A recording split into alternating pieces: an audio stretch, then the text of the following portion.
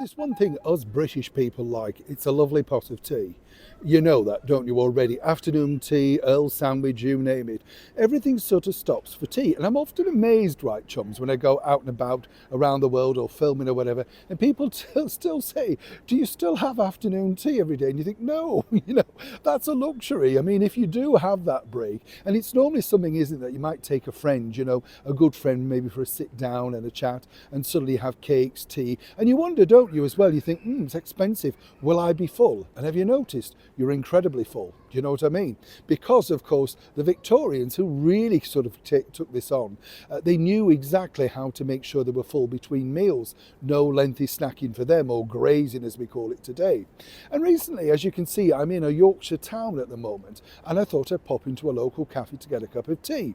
Interestingly, because even though it's only very early at the time of recording this, they've closed early because they're short-staffed. You know, the sort of thing, nothing like a welcome, is there? We're shut, and you think, right, okay, I'll find somewhere else then. What I find interesting, though, is I decided earlier to sit down, as I say, and have a cup of tea.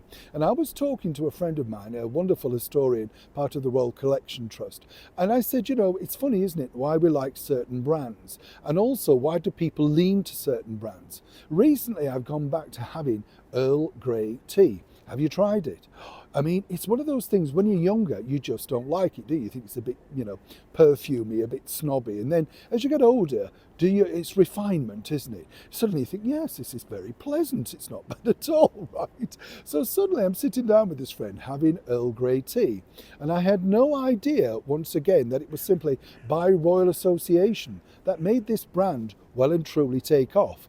But not without some controversy behind the scenes. As ever, let me explain. Morning chums, welcome one and all, and as ever, thank you for taking the time out to join me. Hope you've got a cup of tea or a cup of coffee, well, or something stronger if you feel like that, absolutely. I'm not going to judge, I know it's early in the day, but it's whatever gets you through the day, isn't it? It's lovely to have your company. You know what I mean? Everything starts over here, so we'll have a lovely wave. Everything starts over here, with a cup of tea, whether you're just having a conversation, bombshells can be revealed, dramas, everything, because we feel more at ease clutching something, don't we, and sipping tea and saying, and if there's a disaster, I'll put the kettle on, right? I mean, it's there, isn't it? That's what happens. Now, as I said, Earl Grey tea, not always the favourite of many, but I've just found that it's a really nice flavour. And as I was looking into the history of this, again, you've got no idea, because as I told you a while back from Fortnum and Mason's, the Royal Blend was put together all thanks to the royal household. Fortnum and Mason, two very clever people, decided they could make money by Royal Association. Now, Lord Earl Grey basically was a former British Prime Minister, only in the job for one term, as it were, for 4 years, and was slightly controversial. And many might say, yes, that dreaded word, chums, a narcissist, right? Oh yes, he loved the attention, and he liked the attention in making sure that he got a lot of attention. Now, apparently he that sort of originated the rudiments of, Indian leaf tea, putting slight bergamot in it, all that sort of stuff, in order to the sort of flavour that we know Earl Grey to be today. Of course, it didn't really take off with the masses because it was more expensive. Natural, cheaper tea was the order of the day, particularly in the Victorian era.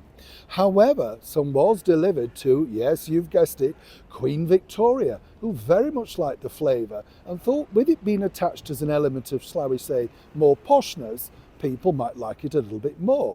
Who very much liked the flavour, and of course people, she felt, well, there was a bit more poshness, and of course this was elegant, and that's exactly what the royals were about. In fact, she liked it so much that very quickly she gave it a royal warrant. Well, this was the only thing that was needed to make this fly off the shelves, being stocked up and down the finer, better Victorian stores. And it's often, as I say, isn't it, it's fascinating to think with the royal world that in that particular era, a royal warrant could really make or break exactly what you or they were planning to do. And this is exactly what happened. And of course, Earl Grey's name lives on. But in effect, it wasn't really anything to do with the former British Prime Minister Earl Grey. It may have started, as I say, the rudiments, but what really took off was people who came to Buckingham Palace, Kensington Palace, and apparently the Queen would insist on Earl Grey being served. And even if she was out and about, even taking her around in the royal carriage, wherever they stopped, somebody had to boil water up. And this could be served even inside the royal carriage, wherever she was, whether it be out horseback riding or simply walking in Balmoral. Now that truly is divine elegance. And some might say that is the divine elegance of Earl Grey tea. Are you a fan? Do let me know what your flavour is and why you buy it. I'd love to know. And as ever, as I often say, it all starts with a royal connection. Neil Sean in the very heart of Yorkshire.